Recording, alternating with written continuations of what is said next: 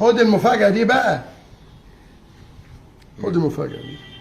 في لاعب طالع قريب والاهلي بيتفاوض معاه دلوقتي، مش حسام عبد المجيد. من الزمالك؟ لا من طنطا. انت بتهزر؟ بسأل. لاعب جامد بيتفاوضوا معاه. غير مش انت قلت يا ميدو انا معايا دفتر الشيكات على بياض بالظبط، واي لاعب هاخده من الاهلي؟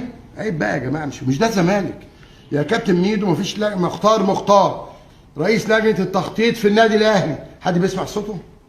انا بسالك، حد بيسمع صوته؟ بعيدا عن لجنه التخطيط. على فكره انا كنت بكلمه ده مش فتحي، ده محمد الرمادي، عشان يفتكروا فتحي ولا حاجه. اتفضل. لجنه التخطيط وما الى، بس احنا بنتكلم. انا بسالك سؤال. لا انا مختار رئيس لجنه تخطيط في النادي الاهلي، حد بيسمع صوته؟ لا. خلاص يا ميدو ما تتكلم.